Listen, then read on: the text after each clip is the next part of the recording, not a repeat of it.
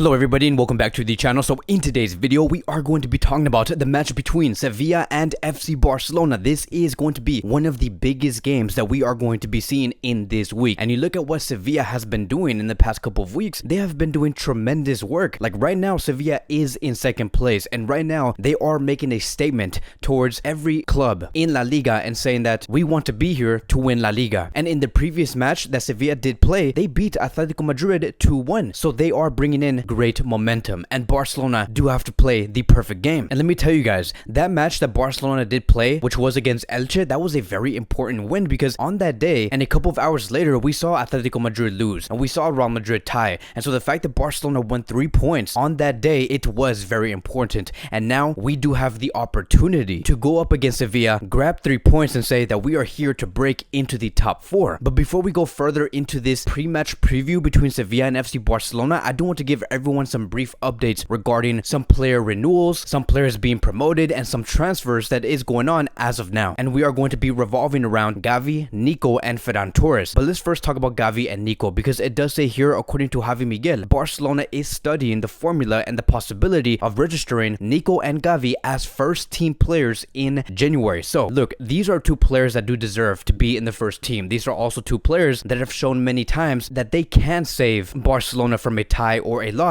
and they are capable to deliver. And then we also heard Xavi Hernandez speak during the press conference and spoke about Gavi specifically, and this is what he said, and I quote, "We have to move quickly to renew Gavi. If necessary, we will put the money together because players like him are the future of this club. I understand that the club is working very well on his renewal. Gavi is fundamental." And this is true, right? Like Gavi is fundamental for the future of Barcelona. Moving forward, I only see Gavi starting within the starting 11, and I strongly believe that Xavi is planning to have a midfield duo of Gavi and Pedri, a midfield duo that can do wonders for this club, and Xavi is working towards that. And one of the greatest reasons on why I think that pushing these 2 players to go and register them as first team players in January, this is very important because it is going to allow space for other youngsters to emerge into the squad list, because right now we are in that cap. We can no longer bring in more youngsters from Barcelona B or Juvenil A into the squad list, so it's going to allow La Masia players to enter. So for example, once we do register Gavi and Nico as first team players and no longer be considered as La Masia players emerging into the squad list, maybe could we introduce players like Jandro Orellana? Maybe could we introduce players like Mika Medina? These are just examples. There's no reports regarding these 2 players going into the first team, but this is what I do mean. These are the examples. Like having Nico and Gavi as official first team players, that is going to be some great news because it is going to introduce more youngsters into the squad list, and hopefully we get this done as soon as possible. But now let's move on towards Ferran Torres. The positions between Barcelona and Man City over Ferran Torres is getting closer, with a possible fee around 50 million euros. But Barcelona do not intend to pay the full amount in one go. Personal terms already agreed, and this will be a 5-year deal. Now, just to get everything very clear, most of the time, clubs do not pay for a player and paying the whole fee all in one go. What we usually tend to see is they agree over a fee for this player and then they spread those payments in years. So of course, we're going to be hearing Barcelona say that they're not going to be paying the 50 million euros all in one go, right, in one payment. So if it's going to be in 5 years and it's going to be a total of 50 million euros that Barcelona is going to have to pay, Barcelona is going to be paying Man City 10 million euros per season for the next 5 years. But everything does indicate that Ferran Torres is going to be a Barcelona player. It's going to be very interesting to see how Ferran Torres impacts other players. Like for example, is Ferran going to come in here and take away some minutes from Dembele? Could we see that healthy competition between Ferran and Dembele? Or could we see Ferran come into the starting 11 and potentially take on the spot of Memphis Depay? Could we see a front 3 of Ansu on the left, Ferran as the striker, and Dembele as the right winger? Because that is going to be a front 3 that I would think would be a great idea. Like we have seen Ferran Torres play as a center forward before, and he has done tremendously well. Ferran Torres does not only play on the right wing, but he could play in both positions. But that is where the questions do come in. Where is he going to play? Who is he going to be impacting? All of these questions is going to be answered by the end of January 2022, and I cannot wait for that moment to actually happen and for Ferran Torres to officially become a Barcelona player. But now let's go on to the match between Sevilla and FC Barcelona. Barcelona. And like I've said before, this is going to be a difficult match, and this is going to be one of the most difficult matches yet that Barcelona is going to be encountering. Like, yes, I understand that we played against Atletico Madrid and we lost 2-0. I understand that we played against Real Madrid and we lost against Real Madrid. But the fact that we are facing Sevilla at this moment of the season, where they are bringing in a lot of confidence and momentum and they want to beat Real Madrid on that first place spot, Barcelona do have to play the perfect game. And so this is going to be considered as the last match Barcelona is going to be playing for 2021 before they do head in 2022. And so a win for Barcelona is going to be very important. We want to close this year down with a lot of confidence, with a lot of optimism. Not only do I think this is going to do great for the players on grabbing a win, but it's also going to do great for the club, because there is a lot of tensions, there is a lot of noise, there is a lot of toxicity within the club about Barcelona not doing well. But bringing in 3 points against Sevilla, that is only going to bring positive news, and to say that these players, they are up to something, that they are here to cause great disruption in the top 4. Now, one of the strengths that Sevilla do carry within La Liga is that they have been very defensively organized, because if we look at what Sevilla has been doing, they have conceded the least amount of goals per 90. They have conceded a total of 0.7 goals right now per 90 minutes, and they are considered as first place within La Liga. And then when we do look at the clean sheets, Sevilla do have a total of 9 clean sheets, which puts them in second place within La Liga. And so they are very, very defensively disciplined. But let's look at the squad list for FC Barcelona here. We could see that Serginho Dest is not available. It has been said by Xavi during the press conference that Serginho is suffering from low back problems, and he has been suffering from low back problems for a while. So for anyone who do want to say that Serginho Dest has not been playing well, that is because he has not been 100% fit, and he has been looking very awkward as of late. Like, every time he was playing on the pitch, he looked very stale. He looked like he cannot move. So hopefully Serginho Dest does recover as soon as possible and get back into the squad list, because we are going to need him. And then we can see some surprising faces, like for example, we continue to see Ilias, Abde, Hugla, and Balde. As for Yusuf Demir, he is not going to be featuring in this game. He continues to have the same gastric problems that he did have in the previous game against Elche. So hopefully Demir does recover as soon as possible, because he is going to be another player that Xavi might need in the future. So I am very impressed overall with this squad list. I do see that Xavi is really standing for these youngsters, because if we look at the whole right side, there is just so many youngsters that we are seeing today that we did not see about 3 to 4 weeks ago when we had Ronald Koeman. And I do expect to see these exact same players feature in this game against Sevilla. But this is now going to lead us towards the possible starting 11. What could be that starting 11 that could bring the results to bring us the 3 points? Like, we have to be very attack focused. We know that Sevilla is very defensively disciplined. It's going to be extremely difficult to get 1 to 2 goals up against this team, and we need to have a very experienced defense, because we know what Sevilla could do offensively and defensively. But here is going to be the most possible starting 11 that we could see go up against Sevilla. We are going to see Ter Stegen in goal, Alba on the left, Garcia and Piquet as the center back duo, Araujo as the right back. As for the midfield, we could see Busquets, Frankie, and Gavi. And then as for the front three, it's going to be Dembele on the right wing, Hugla as the striker, and Abde as the left winger. Now, I do want to make 2 very important key points here. Point number 1, I understand that having Araujo as a right back, it seems very awkward, right? But I think that right now, Araujo is the best choice and the best candidate to play as the right back for FC Barcelona, because when it comes to Mingueza, he is just not capable to play in that position. I just do not see him well. I see him very unfocused. He does not look that reliable. He makes a tremendous amount of mistakes as a right back, so I just do not think that he's ready. When it comes to Serginho Dest, he is simply not available. And then when it comes to Eric Garcia going into that position, we have seen Eric Garcia as a right back or a right center back under Xavi Hernandez, and he was a disaster. So I do not ever want to see Eric Garcia play anywhere near as a right center back or a right back. So Araujo will be the best candidate, and I actually do enjoy to see Araujo play as a right back, because he is very hard to knock. Like, every time he has possession of the ball and he's moving forward, you just cannot bring him down. Like, his attacking presence is very underrated, and one of the main reasons on why I believe that he gets very far into the attack and he dribbles all the way down the line, it is because of his composure. So right now, Araujo is the best bet. And then when it comes to point number 2, I want to talk about Dembele. Dembele in this game against Sevilla, he usually tends to deliver up against Sevilla. Like, I don't know why Dembele always brings goals or assists against Sevilla, but I think that Sevilla is his favorite opponent, and I want to ask for Dembele to be very clinical in this game. Like, take your chances to shoot and look for that goal. The other thing that I do want to see coming from Dembele is his through balls. His through balls is very, very underrated, and I want to see Dembele cut in, make those through balls, and those balls are mostly going to go to a player like Abde. And I ask also for Abde to be very focused on scoring his goals. We see Abde actually receive many chances. The only thing that really is missing is for that ball to go into the net, but he does get himself in great positions. Every time Dembele or Frankie or Gavi do find those through balls for Abde, Abde is always there to receive the ball in the correct positions, and that is going to be very important going up against Sevilla, where they do have players like Koundé, which is a center back that I highly do admire. These are going to be those type of games and moments where these youngsters do have the opportunity to grow, and hopefully we get to see that tomorrow night. But that is going to be wrapping up today's Barcelona pre-match preview and daily news. Thank you guys so much for watching. If you guys are new here, welcome to the channel. Please like, subscribe, comment, and I will see you guys in the next video.